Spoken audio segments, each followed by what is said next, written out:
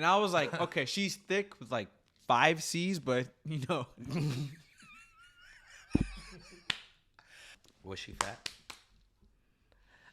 Wait, was she what? She was fat. She was. Heavy. She was heavy. Like overweight. Heavy, yeah. Jordan year 23. We going 6-0 this year. You heard? Champagne everywhere, nigga. Turn nothing out of something, man, that's really something. Made a couple hundred bands, man, I'm really coming. On the gram, talking like he's something. You ready? Ready to go. All right, you are now tuned in to another episode of the Guns Up Club podcast. I am your host, Mikey. If you're here, new here, welcome. My name is Mikey, like I said. Nice to meet you. If you've been here, welcome back. Like and subscribe to the channel. I have a guest today, Joseph Ngabo, straight off Paris, off the jet. From Paris, on the jet. Photographer / pilot / a bunch of other things. Introduce yourself. What's up, everybody? Welcome to the podcast. My name is Joseph. You can call me Joe. Born and raised here in Los Angeles. Fulfilled my childhood dream as an airline pilot for an international airline. And I'm also a photographer, and I used to be a music video director years prior. I currently live out in near Marina Del Rey, enjoying life and just taking every day as it comes. I love it. Simple. Mm-hmm. All right, let's start off with you. Well, we met in college. Yeah. Right? Mm-hmm. And you were doing videos. Yeah, I was a communication studies major with a minor in film. Yeah. And I was theater and communications, a minor. Yeah. Yeah. So we connected in school, Cal State Long Beach, and you were doing music videos. I met you through a friend of mine, Neb, which we're gonna have him here as well. Talk about that experience and how you started off directing, or how you fell in love with camera. Yeah, so ever since I was 7 years old, I've loved cameras. I just loved how they looked. I liked what they're able to do. And my father had a camcorder, so I used to make home movies when I was a child. The one, the old one? Yeah, the VHS one like this, walking around, and then you have to take the whole cassette. You have to go take it in, they put it into a tape adapter, then watch it on VHS, and just make movies like that. I didn't even know how to edit, so we literally had to shoot it in chronological order with my friends in the neighborhood. So we shoot videos, action films, which were whack, but as a 7, 8, 9, 10-year-old, you didn't care. It was fun though, looking back when I used to live in Long Beach. You still have those videos? Oh, I probably do, but I haven't even looked at that stuff in over 15 years. Yeah, it's probably there somewhere in storage. Yeah, it's there. So anyway, fast forward to college, junior year in college, that's where I met Neb. He was in one of my film classes. And and he was only there for a month. And I thought, okay, this guy is cool. He's. Are we exposing Neb now? He dropped. Exactly. He's cool, right? Yo. no, he was there. So he transferred out of that class to get something else. Yeah. And he was the only brother in the class. So I thought, he's African, and my parents come from Rwanda. Mm-hmm. He's Ethiopian, Habesha. So I thought, all right. So what do you do? And he was like, yeah, I do videos, blah, blah, blah, blah, blah. But he was a rapper. So I thought, all right, well, why don't I just start doing videos for hip-hop artists, local hip-hop artists, just to build my portfolio. So did you plan on sorry to cut you off, but you plan on doing videos just out the blue, or just to build up experience type of stuff? So I wanted to be Colin Tilley. I wanted to be Alex Nazari. I wanted to be Anthony Mann. Those were and still are highly respected music video directors and photographers in the game right now. Mm-hmm. And that's what I wanted to do. So I researched them, and that's how they did it. They started by doing local artists. So I thought, why don't I do that as well? And I met with Neb. We did our video. We also did a photo shoot. We did BMW. Yes. That was so I met Neb in March, I think. That was in November. I remember. It was October 31st when we shot it, of 2013. It was Halloween because we had the mask. We had the mask. Good memory. So that was 10 years ago, almost 10 years ago. Mm-hmm. So we shot it. That's when we formally met, because I saw you in passing in college, but we never really met. Yeah. So we did that video, and then it was you, Nahom, and Philip. Oh yeah, not Chukuma. Philip. Yeah, Philip. Yeah. And that's how we started our bond for music videos back. This was 2013, so that's when we started. 13, yeah. Good times.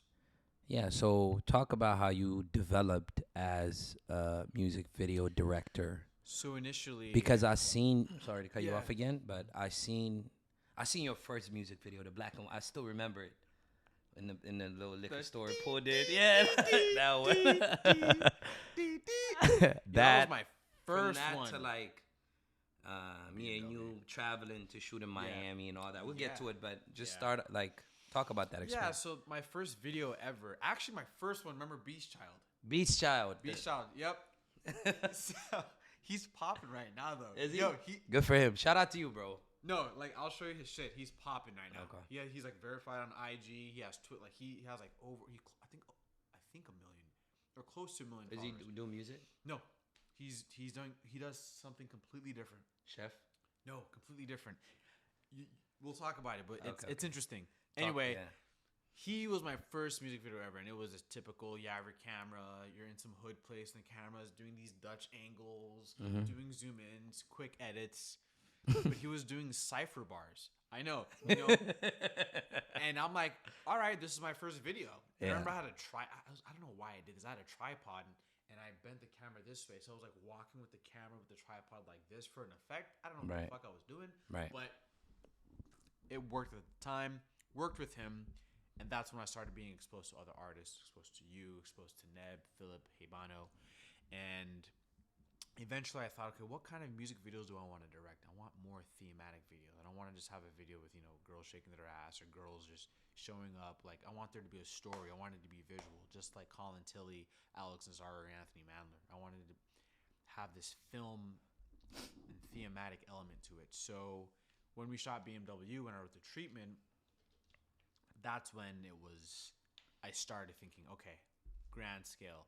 Let's actually have a point to this video. Let's actually make it interesting to watch as opposed to just, a group of like rappers just doing this. Yeah. And it worked out very well. It's probably one of my most creative videos I've ever done. I believe so as well. I feel like that's when you caught that shift as a director. Yep. Because even like it has a story. Mm-hmm. And also, like, the tub scene was like, I've never done anything like that in my life. You know what I mean? Do what? Yeah, and get in the tub. And remember how you were like, I'm like, hold your breath, and you were like, yeah, because I was like, no, act like you're sleeping. The water was going up my nose. Exactly. Yeah. But then I think it was a second take you killed it. Yeah. I was like, damn, this is perfect. And then we did it. I was like, this is awesome. Yeah, I feel like that's where it shifted for you, and yep, like in a good way, right? Yeah, right. Totally. And that was amazing. So, do you still shoot videos now, or you're into photography, or if there's any opportunity to like shoot a video, are you still down to work with artists to shoot their videos? I don't do music videos anymore. I retired. Okay, you retired. Yeah, cool. But I focus on photography specifically. Okay. So if Shotbyjoe on Instagram, that's my portfolio primarily as I get my website up and running. Shotbyjoe. But yeah, I don't do videos anymore, and I'll go into detail later. But I just emotionally and mentally, I just got burned out. I just was tired of it, and this was back in 2018, and it came to a point where I was shooting for a relatively well-known artist, and he canceled the video shoot several days prior, and I felt so relieved. I felt so happy to do it. Were you stressed when? I just was just tired of doing videos. I don't know what it was. I was like, I don't want to do this anymore. And when he canceled, I was so happy. I was like, I felt so good. I was like, yep, this is a sign for me to stop. And okay. I did not look back, and I have no regrets. So you feel like you felt a lot of love. Yeah. Okay. Yeah, I feel a lot of love. Photography, I'll do.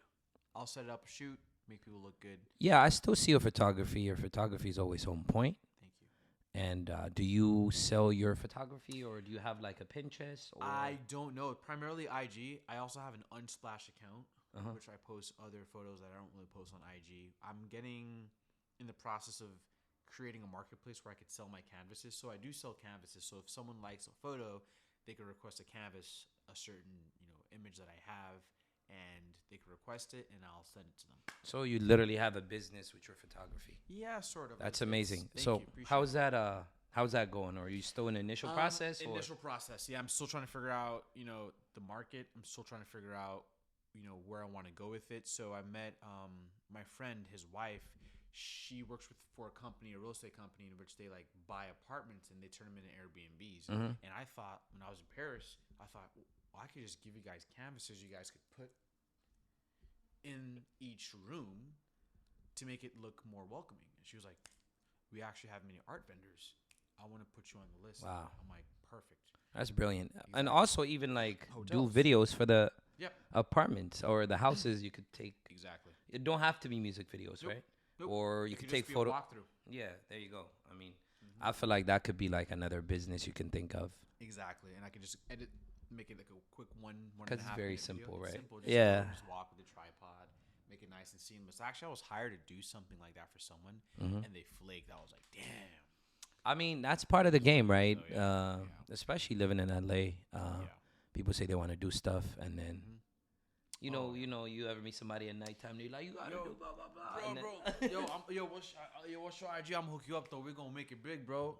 Yo, let's make this shit viral, bro. Yo, bro, I got you, bro. Hey, this shit, I'm gonna hit you up, bro. That's All the time. that's the typical LA. When you LA. meet people, they say they want to do stuff, and All the time. yeah, I'm personally I don't take it personally, but it's just them. You just not have to have that thick skin, yeah. Yeah, it's not you, it's them. You know what I'm saying? It's- Exactly. Yeah. So Because I'll come and deliver. Yeah. Give me a time and a place and a good budget, I'll Yeah. deliver. But if you just talk all this stuff, and it's funny, then they have like 148 followers on Instagram, but they're following 1,000 people. yeah, that's one of them. It's Like nobody gonna take you serious type of page. That is crazy. Okay. It's true, man. I think I'm shout out to you for like finding out a lane with the camera. Thank you. You know, because one angle you might be discouraged with the video stuff, Mm-hmm. but then again you find another hustle to like sell your canvas Exactly. and like take videos of houses and Mhm. you can get hired by Zillow. Who knows? You know what I mean? Yes. So that's dope. But I want to get into pilot. You know, you're a pilot now, Mm-hmm. captain. I was a captain. I'm a co-pilot. At my previous company, I was a captain. You're a captain But now. now I've gone up on the ranks, so you start as a co-pilot. Co-pilot. It's Okay. kind of like going from an internship, you become a manager at the internship, then you get your career. You got to start at the bottom of your career. Okay. But I'm establishing my career as of now. You work on in a bigger airlines. I do. I work for an international airline that is widely well known across the world. And Name. You don't want to say? yeah. Oh, that's I fine. keep- I keep it out. That's fine. All the views that I say are my views only and not the airline. So Okay. we're one of the biggest in the world. You know, I currently fly, the Boeing 757 and Mhm. 767. Mm-hmm. And I've been traveling for the past month and a half, 2 months. Just, How many days out the week you travel? it depends. So I'm on call. Mm-hmm. So it could be 4 days a week. It could be some weeks I'm gone. Like I stay home and just chill. Yeah, because I'm just being in the air for that long, you get tired. You get tired, but usually what it is I was doing Europe for a while. When I was based in Newark, New Jersey, Mm-hmm. we're flying primarily to Europe. So I was in London.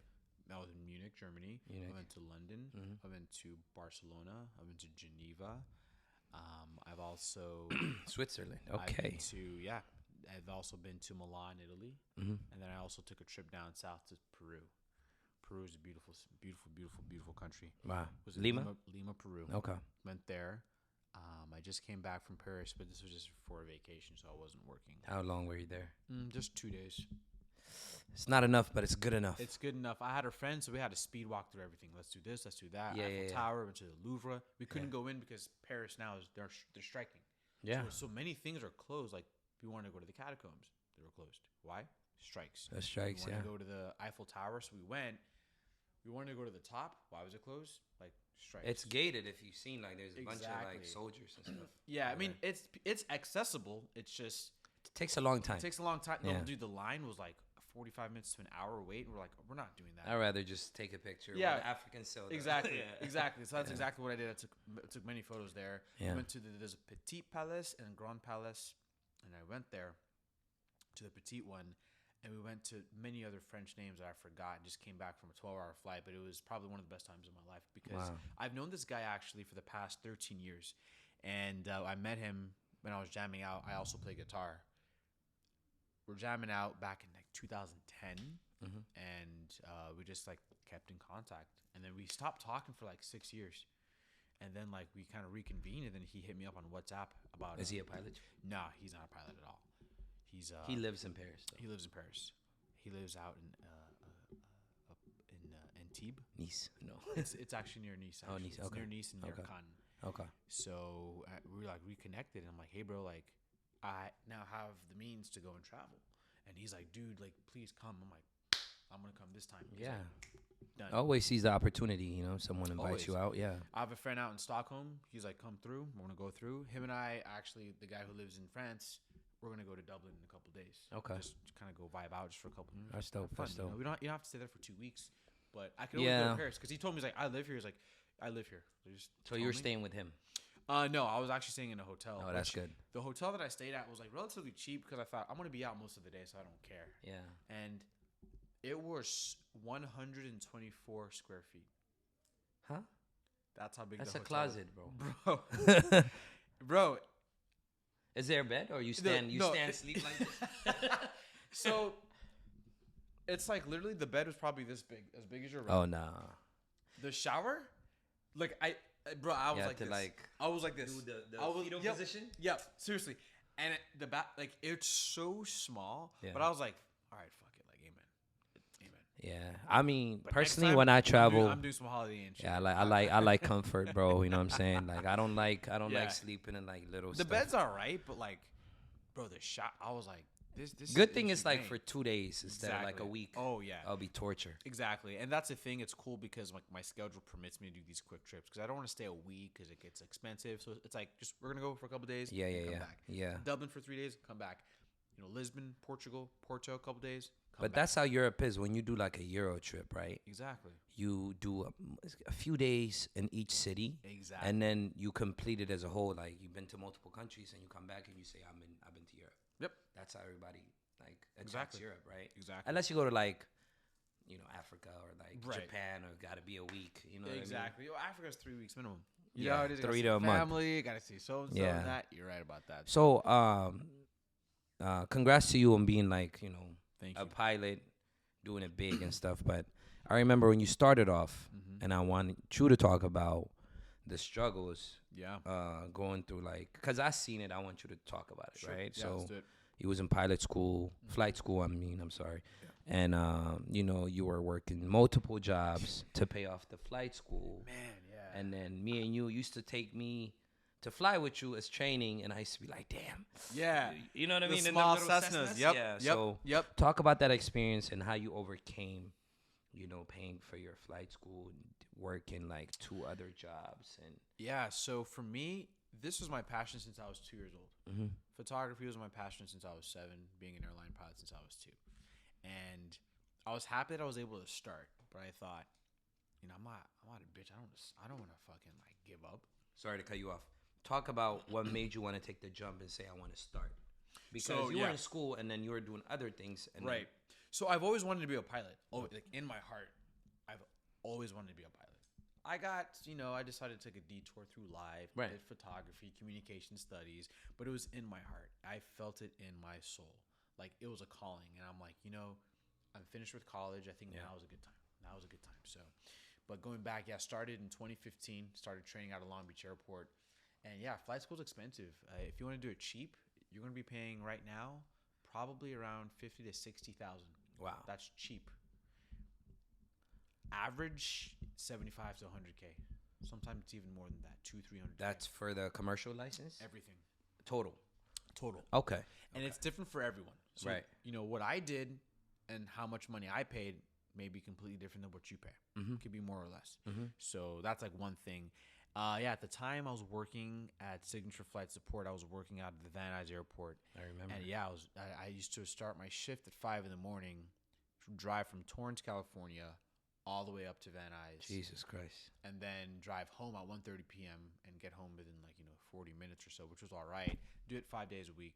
That's when I'd fuel aircraft, potable water service, giving aircraft water, towing aircraft, marshaling them in, loading bags, unloading bags, dealing with customers, and it was primarily for private jets. So I saw many celebrities. I've seen people from The Weeknd. I've seen Justin Bieber. I've seen Drake to Hillary Clinton.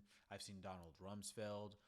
I've seen the Kardashians. I've seen French Montana, 21 Savage, Kendrick Lamar, Travis Scott, Migos, Rip Takeoff. And so on. Yeah. Rip, R.I.P. R.I.P. Takeoff. Yeah. So it was really cool and just being inspired by the private jets, despite the fact I don't fly private jets, but it was great being around it. And then I also was an Uber driver. Remember that? Before you get there, Yeah. I want to speak about how the job you took is somehow related to like flights. Yeah. And then I feel like that would some kind of give you motivation seeing them private pilots and stuff talking. Yep. I'm sure you spoke to them, right? Oh, yeah. And telling them like I'm in flight school, blah, blah, blah, getting that motivation from them. How did that feel? Oh, it felt great. Yeah. Like I'd fuel a plane. Sometimes I'd fuel it and then see it take off and it's going to fly like Tahiti. And Wow. I'm like, dang, like I fuel that plane to go that far, but there's a pilot doing that. And sometimes I'd tell them I'm in flight school and most pilots were very supportive. They're like, what? Hey, man, that's awesome. Here's my number. Like, let's connect, keep in touch, X, Y, and Z. Right. And it was inspiring because I've had mentors along the way that I still speak to this day. I've known The them for ones you met at Signature? 6, 7 years ago. They're still, I mean, they're a lot older and more experienced in life, but checking in, bro. Like, congrats. Like, you're at your airline now. You're at a major airline now, a legacy carrier in the United States. Right. And so it's like, man, it feels good. So coming out of that, doing that, and then an afternoon you would do Uber. Yeah, I do Uber. I actually started doing Uber first, full time, and then I did Signature Flight Support and Uber. And you was making bread in Uber. I was. I was doing 12 hours a day. 12-hour days. You bought a new car. Yep, Prius. A Prius. I remember when you got it out. Remember how that bucket Toyota, the red one? Yeah. Oh my God. That car represents struggle and depression. And just, man, I remember that. No, but I made it happen, you know? So I grinded it out. You thugged out Uber. You did flight school, and then you fly. You got fired from Uber? Everybody gets fired from Uber. What did you do? Your car was dirty? No. Yo, I love this. Talk about that. So, I woke up. I went to my major airline interview. Have you ever been fired from a job? Like, yeah. No, which jobs? Uber. You told him that? They know. But they want to ask me. Bro, they want a background check. They have like a private investigator research you. Right. So you got to be honest. Like, don't. Oh, you got to get like security clearance. Yeah, not security clearance, but they just want to know your job history. So they'll be like, oh, I see you worked from Uber from this time to this time. How did that go? You can't be like, oh, it was great. Yeah. So what happened was I was late for work, commuting from Torrance to Van Nuys. No traffic at 4:30 in the morning is about 30 minutes. Jesus. I woke up late. I was late. Like I was supposed to be at work at 5. You slept in? I was supposed to be at work at 5. I woke up, it was like 4:42. I was like, yo, you know that panic? Yo, I was like, you get ready, but you know you late already. It doesn't matter. Exactly. And so what I did was, I didn't even shower. I just put my clothes on. I got out and I ran and I drove. It's like 4:50 in the morning. I'm late. But one time, though, at 4:40 in the morning, I made it to work on time. Wow. Because the roads are open. But I was... You're so doing my like Prius... 200 an hour? My Prius goes 117 miles an hour. Don't ask how I know that. So, one day, I'm rushing to work. And all of a sudden, I'm like, fuck, there are a few cars on the road. I'm like, let me get into the carpool lane. Yeah. Get into the carpool lane. Drive down. Then all of a sudden, the lights come off. I'm like, fuck. So I listen, pull over. And the cop guy was like, hey, man, like, do you know why I pulled you over? I'm like, I was kind of late for work. He's like, yeah, you're speeding.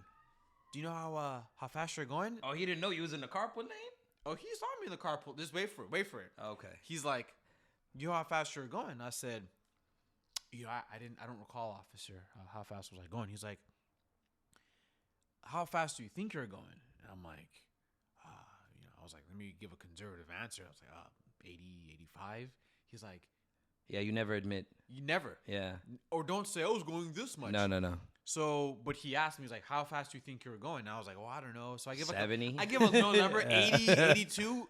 He's like, I can actually going 105. I was like, he had the speed gun on you. He didn't say he had a speed gun, but he was like, I caught you doing this. And he was like, and also, I see you're in the carpool lane by yourself. your registration and insurance is expired. You didn't pay it. So I was gonna pay. Okay, so my paycheck was coming on Thursday. I love the struggle days, bro. My paycheck was coming on Thursday, and it was a Tuesday when I got pulled over.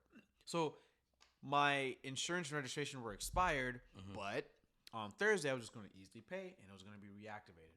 And he's like, "So I got you in the carpool lane by yourself. Your registration insurance is expired, and you're going 105 miles an hour." Jesus Christ! And I was like, "It's jail time, bro." I was like, he's like, "All right, I'm gonna be right back," and I was like. I was numb because I was like, you hit me. Yeah, fuck it. Just, Yeah, whatever. Like, hit me with it, and you caught me. But he wasn't. He was actually a nice cop. He was straight up like, it is what it is. Like, I'll be back. And I'm like, I have a feeling he may give me a warning, but he's probably going to give me a speeding ticket at least. So he comes back and he has like the paper. He's like, hey man, so I'm going to give you a ticket. The registration, insurance, and in the carpooling. He's like, why were you there? I was like, oh, I was kind of late for work. He's like, oh, I understand it. I'm like, I'm just kind of curious. Your stuff's expired. Why? I get paid on Thursday. It's Tuesday. He's like, oh, okay, I got you. He's like, all right, I'm gonna give you an excuse for your registration, insurance, and the fact that you're in the carpool lane by yourself. I love it. But I gotta give you the ticket, man. He's like, I'm sorry. I'm like, amen. So I go $1,000 ticket. Had to go to court. Mandatory court appearance. Had to go pay. You paid it? I thought, yeah. You could have did community service. That's Nope. another. She was like, so and so, you speeding, da da da. What do you plead? And I was like, fuck, what? No contest. I was like, guilty, not guilty, no contest. I was like, no contest. Yeah. And they're all right, pay this fine. And I'm like, yeah, you can ask like usually like people that don't know, you can ask for community service, and then you can ask for traffic school so you don't get points on your license. So the thing about me was anything over 100 miles an hour, 2 points in your record, you can't do traffic school. Right. So that's reckless driving considered. So I didn't get reckless driving. I just had excessive speed. Jesus Christ. That was automatic. So wait, 2 points. you lost that signature job? No, I didn't lose that signature job. I had it. That was July of 2017. So I had everything was fine. Everything was good. So I thought, perfect. Okay, I won't speed again. Come December, I'm chilling. I'm like, oh, I haven't done Uber in a minute. I'm like, do it. I'm bored. So I go get my phone, whoop de whoop, and then I'm like, how come I can't log into Uber? It says account under review. I'm like, oh, they're probably just doing like these testing, whatever. And then it's like, yo, it's been a minute. So How long has it been? Like 6 months? Like, no, like 3 days. I was 3 like, days. so I call them and they're like, hey, this is Uber. I'm like, hey, this is so and so. I'm trying It'd to be Uber. somebody from like Vietnam and shit that pick right, up. or Philippines or And they're like, so long story short, they're like, yeah. So what we're doing now this year is we're doing background checks every year. What they used to do was they would do a background check when you first start. Right. And that was it. Yeah. But now they do a background check yearly to make sure you're not accruing stuff. And they say, hey, we just saw that you have this ticket. Sense. Okay. And this ticket actually goes against our policy. And I'm like, hey, I'm in the ticket school. kicked in. It came in. Oh, shit. And I was like, hey, that's my first ticket. It was an accident. I won't do it again. And I'm like, oh, I'm a pilot. And I just got my commercial pilot license. I'm like, I have my commercial license. Like, I'm a safe person. And they're like, there's nothing you can do. Yeah. They don't. And they just terminated me. And Jesus Christ. I was like sad. Like, I was mad. I was sad. I was like, man. Because think had about great times doing Uber. I met so many people, made extra cash, money. Met a lot of girls, friends, dates. But think about like what was I gonna say? Getting used to getting that much money and then that stops.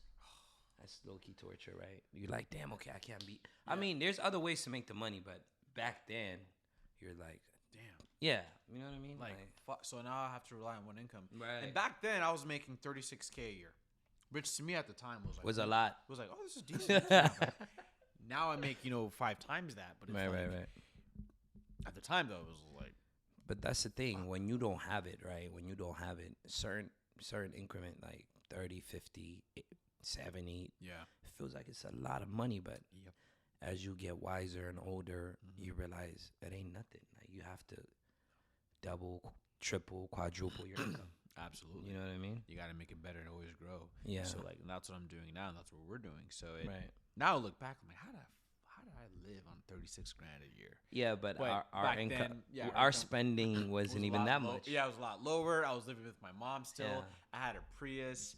I didn't have like all this other shit that I have now. Right. but it's like I'm happy because I'm like, man, I finally, I wouldn't say that I've made it, but I've grown. No, that's no. That say what you feel. Like it feels fucking good. I can go. It's a beautiful thing to like blossom. You know what I mean? Like Oh, you blossom yeah. into like, you know, you might feel like, oh, you here, but the struggle days are. Even now, looking back, I'm like, yo, those are the most beautiful times because you have more. You have not that you're not having fun right now, but they're like more funnier. And Yeah, like, exactly. When you look back, you had to be creative. Right. Now I can go get drinks and get good food, like right now. There you go. I remember once I had 89 cents in my bank account. 89 cents. You beat me. I had 16 cents. I had a decimal, no commas. You ever go through like, all right, one time, my bank was like, you know, they charge you $9 every month if you don't get direct deposit. I was so broke. I had 19 cents in my account, and then the month hit, and it was like -10, and I was like, oh my god. It's the worst feeling, bro. It's the worst feeling, but you feel it in your bones. Literally. Yo, rest in peace, Kevin Samuels. He says you cannot be proud and be broke at the same time. At all. You at cannot. all. I feel it. Sometimes when I get a tax return and it comes back, I get extra cash, and I see that bank account with a comma, I feel better. Oh. I think better. I move better. So that's why I don't listen to people when they say, oh, it's not about me. I'm like, shut the fuck up. You don't know shit. You know what I mean? Poverty is an honor. Like, what? No bro, not. Like the worst thing to feel is broke. When you feel broke, you feel shame. As a man, when you feel that shame is the worst low bottom tier feeling in the world. You know what I mean? Yeah. But it but hurts. shout out to you, like overcoming all those obstacles. Yep. Because when you work hard trying to be somebody, right? Mm-hmm. I feel like the devil kind of tests you all the time. Mm-hmm. So you know, you waking up late, I feel like that's just a test that happens in life. Yep. Because when somebody tries, there's always going to be obstacles, whether it be through friends, whether it be through a ticket, whether it be through like you're driving reckless and you might get in a car accident. Those traumatic incidents always lead up to some better is coming. That's how I feel. That's why anything bad happens, I'm like, okay, something good about to happen. Exactly. You know what I mean? So shout out to you on that. I appreciate that. Thank you. Even like when it comes to like dating and women, sometimes they can talk about some women now. Yeah. Fuck the word. Yeah. People distract you. I mean, I think dating in itself, I personally believe, to preface it all, there are good women out there and there are bad women out there. There are good men out there and there are bad men out there. You know? But it's like who you allow in your life is all up to you. So I've seen men and women complain about how dating is bad, but I'm like, you're picking those people. You know, I get it. You go date, doesn't work out. Cool. I remember there was a girl. When I was a captain in my other airline, she was a female. She was a what? A female co-pilot. Co-pilot. And I was the captain. So we're talking, and she has a husband, and she was like, oh, like you're single, okay. She's like, oh, you're single, okay. She's like, I got a friend that, you know, I think you two should like match out. I'm like, what's her background? Oh, she's a flight attendant. She works for a major airline. I just feel like she told me, I feel you're very assertive and you're alpha, and she has that same energy. So you two should like link up. I'm like, right. All right, let's see what's up. So what happens is I'm like, oh, let me see a picture of her. I did. I was like, I gotta see a photo. So she was like 1 through 10. 1 through 10? Yeah, her? Yeah. Oh, honestly, 3. 3? So I was like, and she's alpha? She's Yo. I know. I was like, let me see a photo. She's like, all right. I'm like, let me see this, you know, somebody. She was doing this. Yep. And then this is her. She's like, oh, she's beautiful. She's like my best friend. And I was like, that's her? Women don't know how to sell their friends, bro. Bro, they don't. Because they have to say she's pretty. They have to say. Because society takes care of them. Society always tells a woman that they're pretty. They never tell them the truth.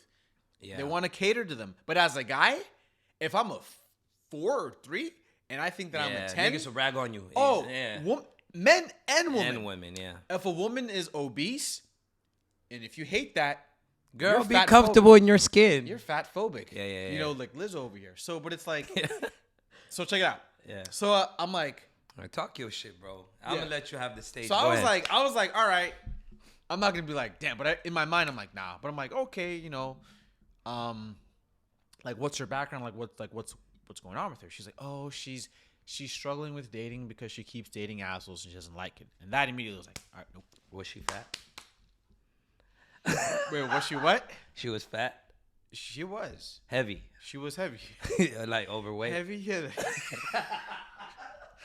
I don't know if she was like. So shit. I'm not but I was like, okay, well, one, she's overweight. Two, she keeps dating assholes. Yo. I was like, I told my friend, I'm like, nah, I'm good. She could walk through the aisle of the airplane. She could, but it's like slim pickings here. You like get hit like, yeah, hey, no problem. No offense to people who struggle with their weight. No. But the fact of the matter is, I was like, yeah, I'm good, no thanks. There was a girl though, a flight attendant flew with her. She liked Jesus me, Christ. And I was like, okay, she's thick with like 5 C's, but I want to give her a chance because this chick could cook. She's nice, she's clean, and she's interested in me. Like she fucks with me. 5 C's is fat. Mentally, emotionally, but I was like, all right, whatever. Like, okay, let's see what this is about. Yo. So I go out, and her and I go to Mexico. We have fun and whatnot. You flew her out? No. We both, because I was a pilot, and she was a flight attendant. We get free tickets. Okay. So let's go to Mexico together. So we go to Cancun together. We got an Airbnb and all that shit, and we did our shit. But I was like, one night, we talked like dirty with each other. I'm gonna do this, and she gave good. Wait. Hold up. What? Y'all had individual, like separate rooms and shit? No, we slept together. So what's the point of y'all texting? This is like prior to the trip. Oh, pre-trip. I'm sorry. Okay. Prior to the trip, we're like, oh, girl, like, I'm going to do this, I'm going to do that. She's not ugly. It just, it was outside of my range. Yeah. I had to expand my horizon here. Jesus Christ. So anyway, we're coming in, and, like, it just, like, hit me, like, all right, she's dope. She's cool. Like, she's the type of woman that would take care of me. But I was like, I just can't do it. So it was the night before our flight out back to Los Angeles. I go to sleep. And then she like rolls over. She tries to cuddle with me. But I'm like, nah. Oh, you didn't hit it? Oh, no. I've hit it. We've hit it a couple times. But I was like, That last night you didn't feel like it? I didn't. I know that feeling. Like you just don't want to fuck. So a lot of women think a man wants to fuck all the time. Though it's 98% true. Not all the time. If you never, yeah, you're right, but also like if you ain't feeling it, you're not gonna do it. So, or if you hit it before, yeah, and then you kind of like have regrets of hitting them. Yeah, like she was a freak. This chick was a freak, and she was Latina, and Latinas could be spicy. Long story short, she tried to arouse me in a way, and I tried to act like I was asleep. Yo, you are wildin'. And she was like trying. You gave her that. No, I was like asleep. You know that Anthony Anderson like meme? How he's asleep? Yeah, he's like crying. He's crying. Yeah. I was like this. I was like, don't touch me. But I was tired though. But I was like, I had no energy. Like, but oh girl, like I ain't trying to fuck. You know what I'm saying? Yeah. And she was going through some problems. But I was like, she was going hardcore like she wanted, and I was just acting like I was asleep, and I'm like, try not to breathe as much. Yeah. Because I was like, no, it's better to even snore because she'd be like, yo, this nigga's heavy, like deep sleep. So I had to like slowly go into it, and then like, because if you just start snoring out of the blue, then it's like, oh, you're faking it. So I was just like, like moving my body, and I'm like, I hope she doesn't tickle me. I hope she doesn't like kiss me, because I was just like trying to knock out. You were facing her? Usually I was facing the other way, but she reached over. Oh. And then she tried, and then like she just kind of like got. She was like, she was like trying. She gave him behind like a man. Yep. Like this. Yeah, she was like. What do you call it? What do they call it? Spooning. Spoon. Yeah. She's a big spoon. Nah, she wasn't. She was. If she come behind you. And I was like, what the fuck's going on here? And so long story short, I even told her like, yo, like, I'm just gonna put on like the tapes. I think it's cool for friends, but I'm not trying to fuck anymore. She was like, oh, I know that. I'm like, well, how'd you know? She was like, because, and this is my the energy. She's like, I got your energy, and this is where I fucked up, and I admit. She said, when we're in Mexico, I saw you checking out other women. But that's normal. But I know. And she was like, I know that you like skinny petite girls, and I know that I'm not that. I struggle with my weight, and I see that. But she's like, you know what though? You like what you like, and it is what it is, though. So shout out to her, though. I was like, no, I mean, women actually respect somebody that's honest with them. Mm-hmm. And she knew. Personally, I would say like, just be upfront with them. Actually, when you be upfront with women, the rewards are better. Of course. Than like being around the bushes and shit. So. Exactly. Yeah, I mean. So I had to tell her that, and You know, she's cool. We don't really talk much anymore, but I mean, I respect her. She respects me, and no drama. So talk about your dating life. Are you dating now? Are you in a relationship? Man, or I'm talking to there are 2 girls I'm talking to right now. I don't know where it's gonna go. I mean, one of them, dope. Like, she's a pilot.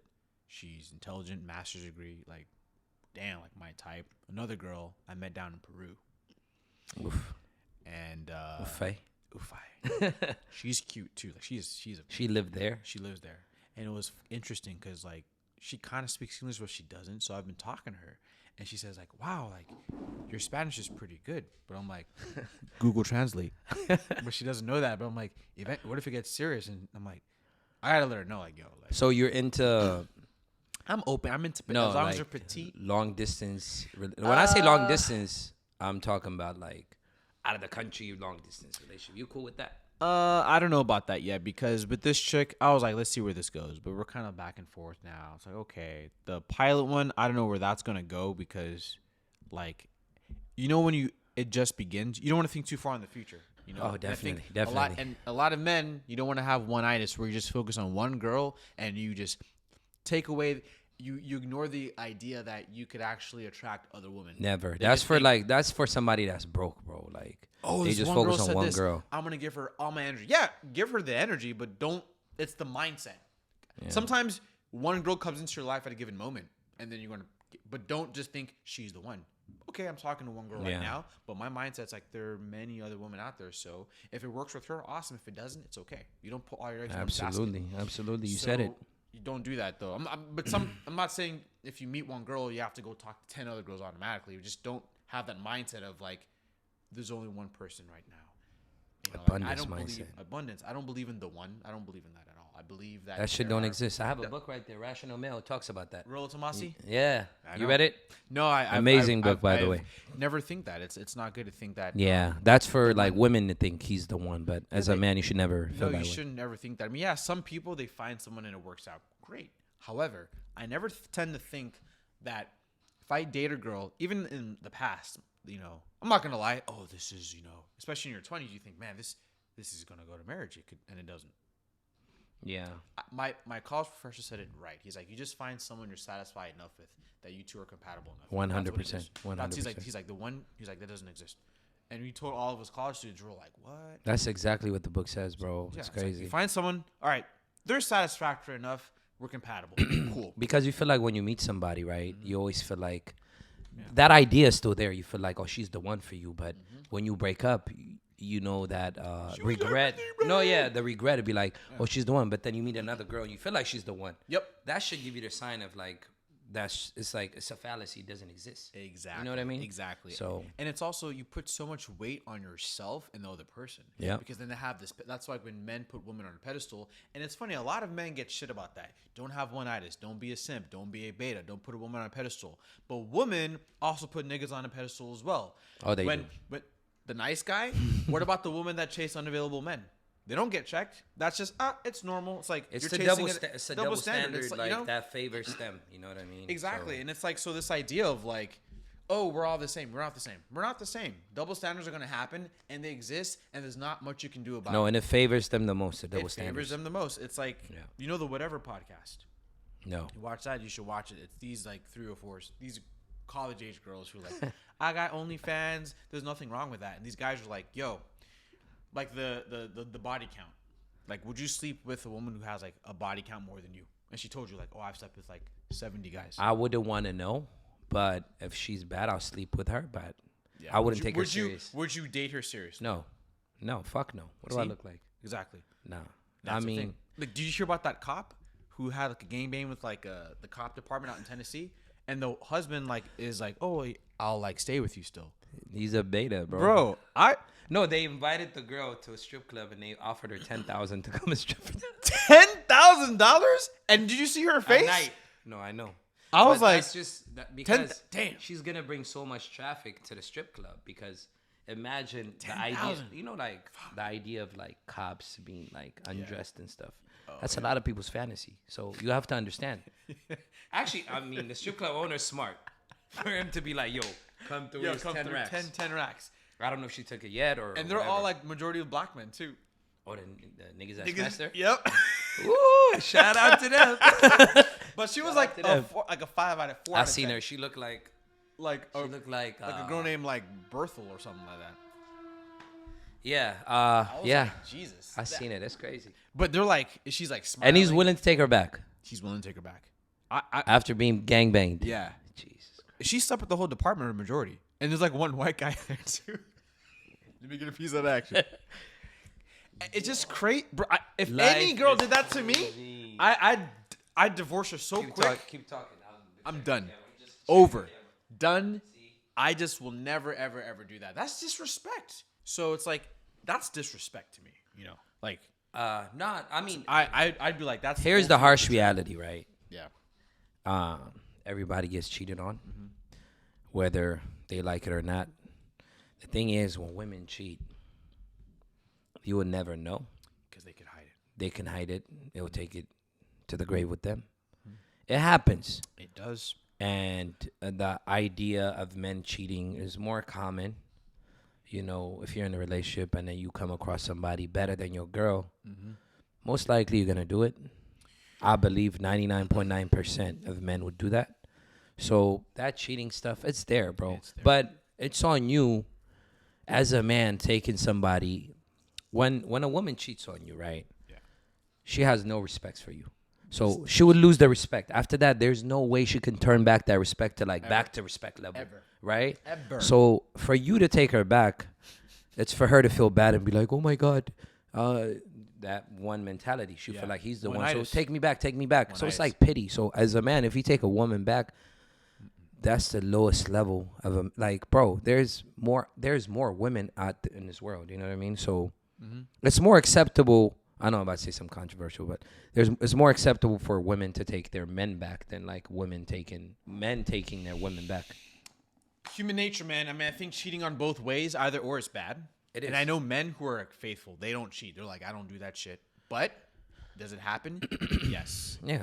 But here's the thing, though. For a man to sleep with a woman requires some type of skill, some attraction. He needs to be physically attractive. Okay, if he does not that physically attractive, is he at least handsome? Okay. If he's like average, he better have game. He better have swag. That's your piece. Your piece. Yeah. There are women who've slept with guys who aren't that attractive looking, you know, but they have game. They got the money right. How do you get game? You have to go through failure, and you have to pretty much make your own game. Like what you have to talk to women how I do, it's different. It's not wrong. It's just different. But you know, for men, like if a guy's rejected, it's life. If a woman's rejected, they create movements out of that. It's like, oh, you know, my life. Oh my God. It's like, okay, wait, pause. If you want to be on the same level as us, you got to go through the same type of fire that we go through. But if you don't, absolutely. Don't complain that there's, you know, things are unequal. I agree. I'm not going to treat a woman less than, but if I have to do the work, but then you also want to be credited with the work that I've done and say we're on the same level, absolutely not. Yeah. No. I also agree. Too, as men, all a woman has to do is open her legs. You know, it's her choice.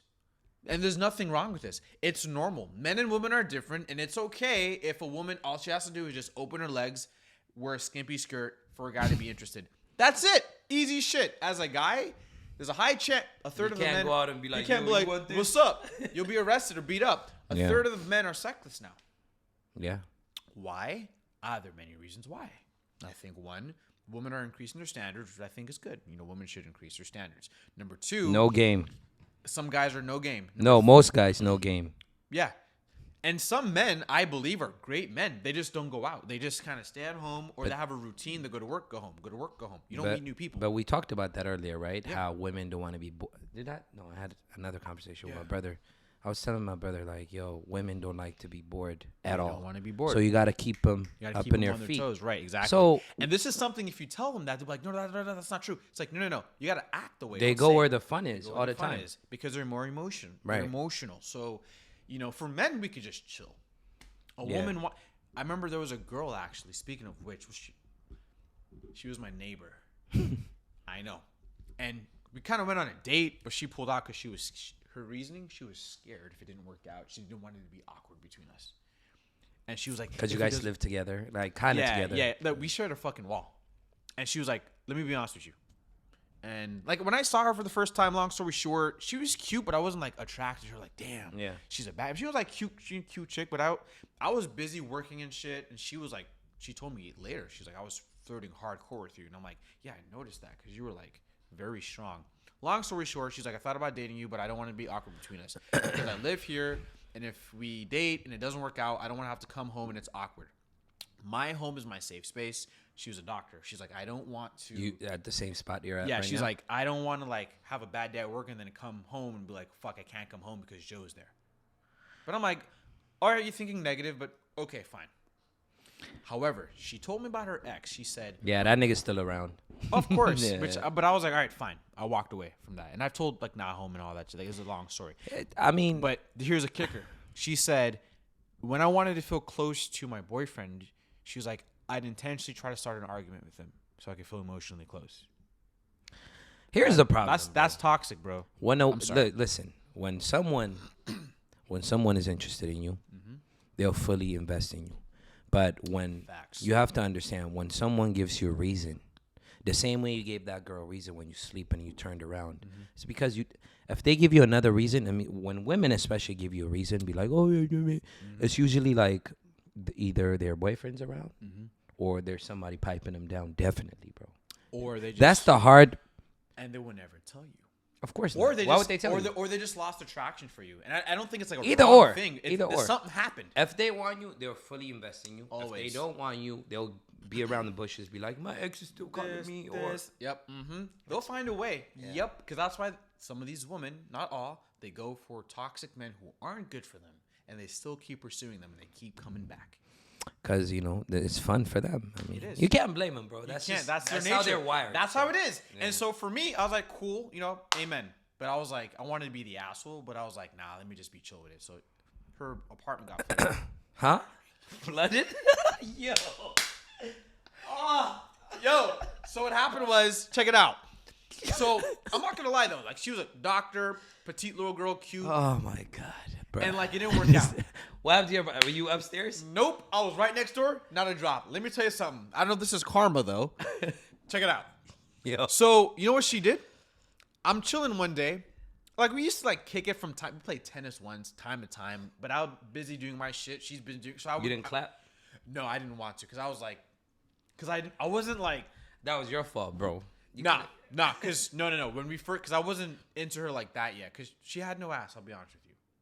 Oh. But I wasn't like. So you didn't even want her in the first place. Not really. See, when the energy, that's the problem with energy, right?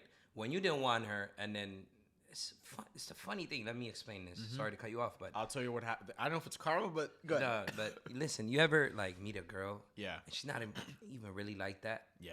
But then you talk to her, but you're not interested, but you just kind of talk to her just to talk to her. Yeah. And then you realize she got something going on, and it's deep down, you're like, fuck, why? Now the energy shifted. Now you want her. I hate feeling like that, but I feel like that's how you felt at this moment. I was very nonchalant. When she was like, give me that Exactly, energy. But but I was like chill, like When whatever. she brought up her ex-boyfriend, is when you're like, So I'll tell you the story.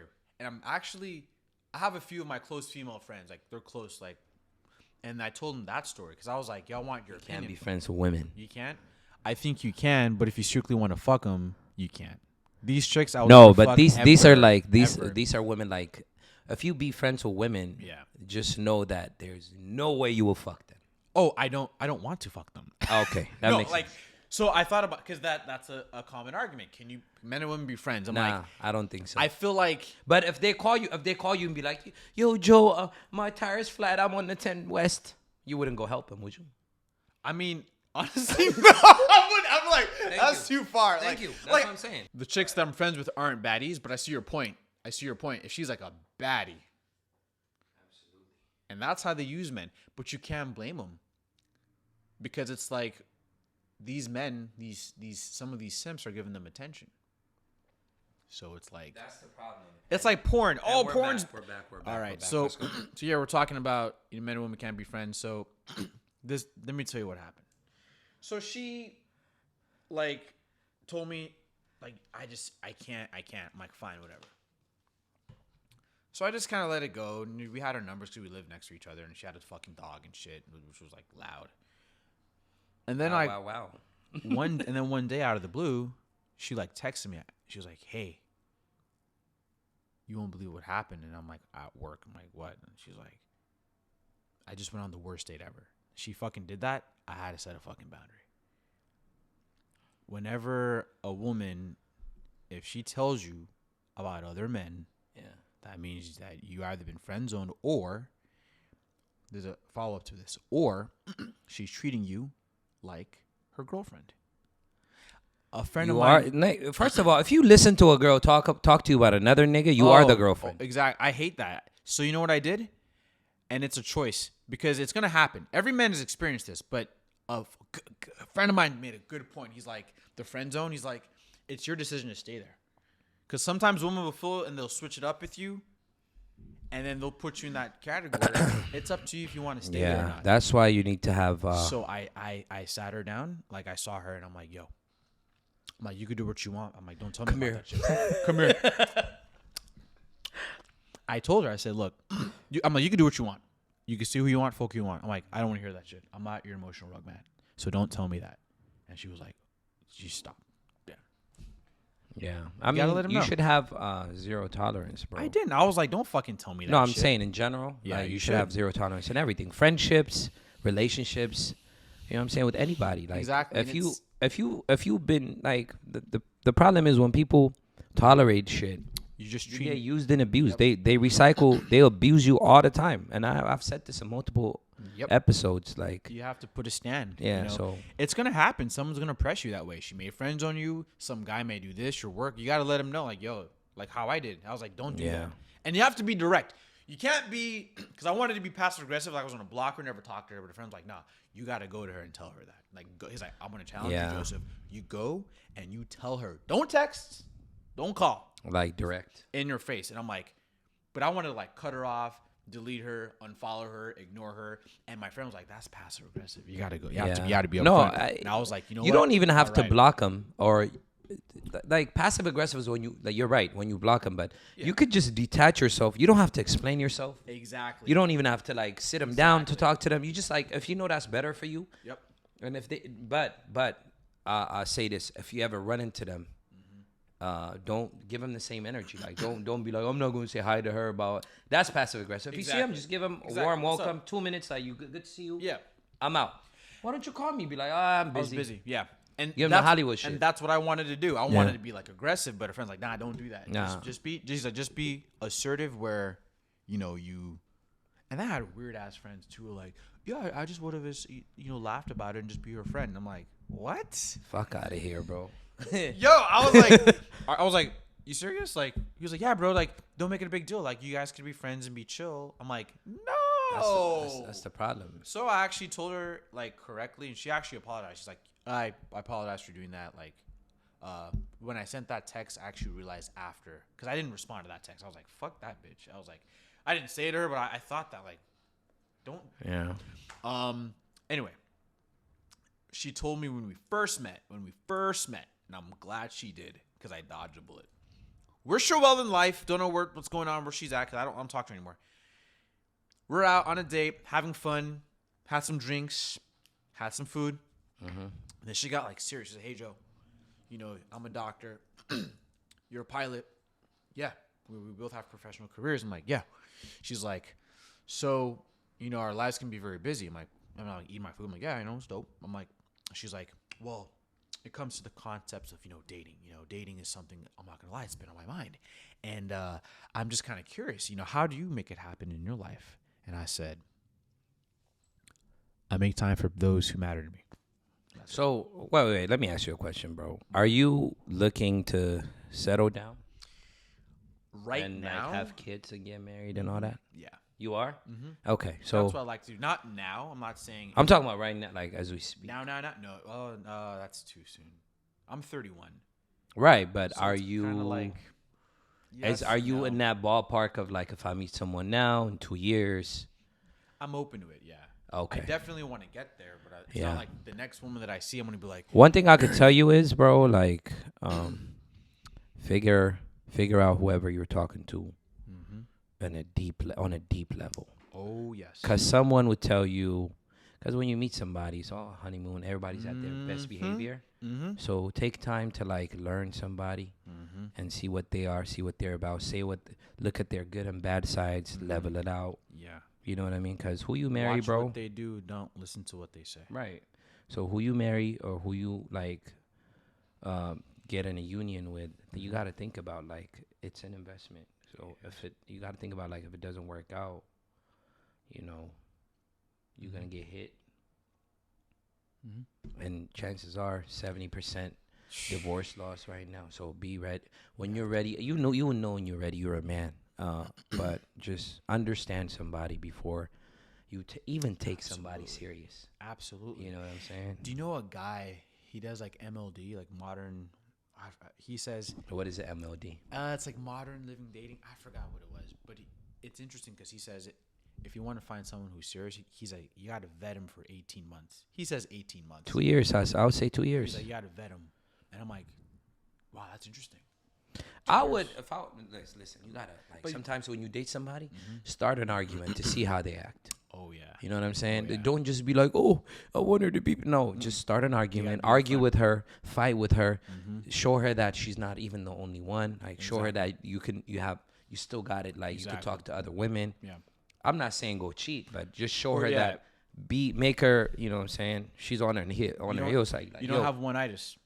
Of course not. You're just giving everything because women sense that.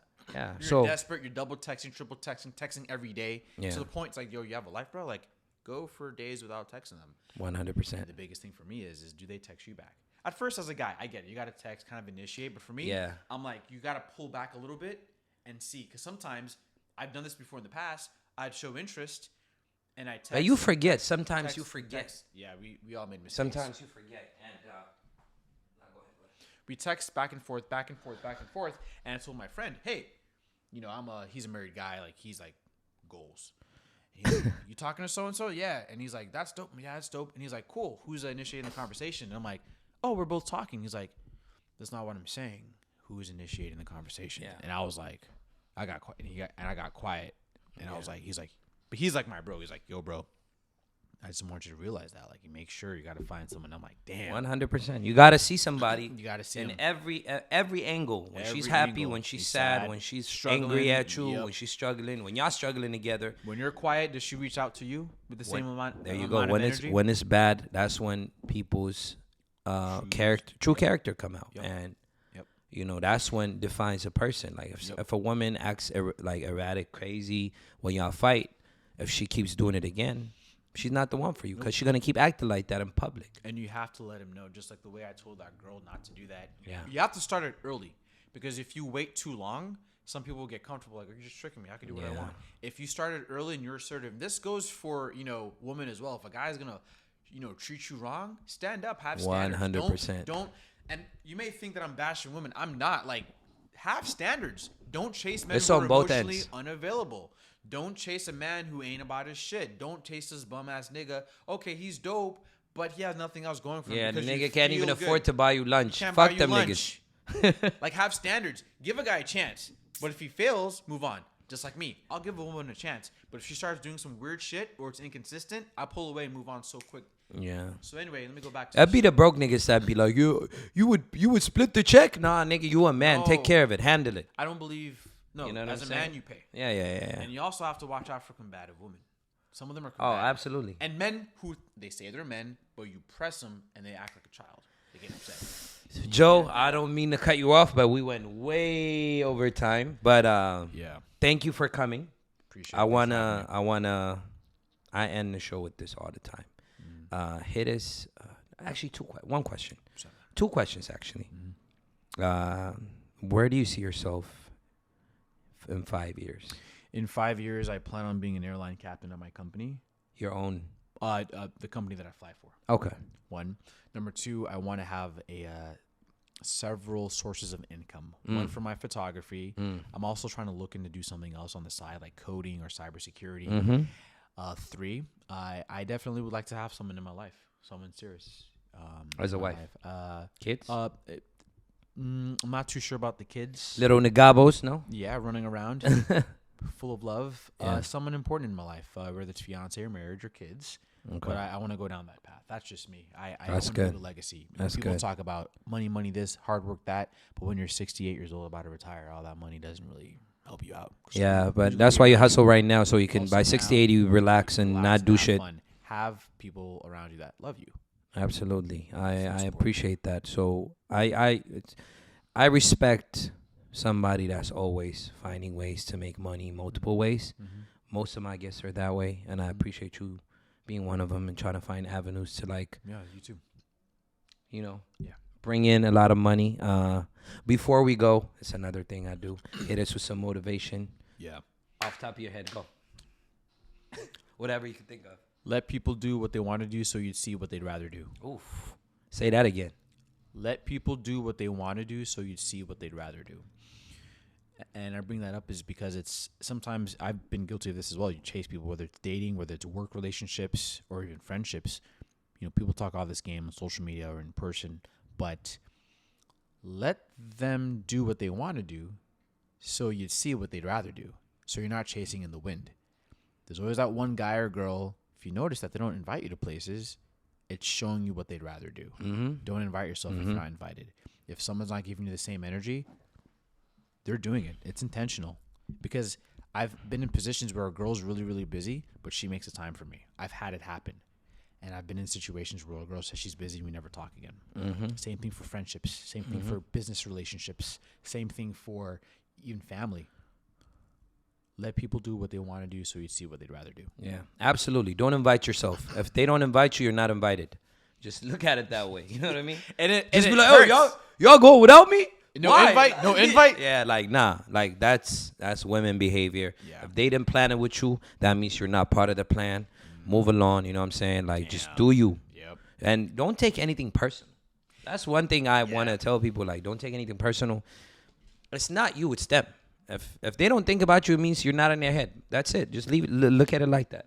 If you're not, and it hurts, but it's better to cut it off sooner than you to be chasing it. it's part of life. Yep. Joe, appreciate you coming. Thanks, man. Appreciate it. We gotta do a little thumbnail. Just look over there and just do whatever pose you want to do. Right. There you go. You want to show the bracelet? Let's go. All right. Thank you. Appreciate you. Thanks, brother. Like and subscribe to the channel. This is my longest interview, by the way. Yeah. We went everywhere. We went everywhere. I was like, it wasn't as cohesive. I love it. Thank you. Appreciate it. No problem, bud. Yes, sir.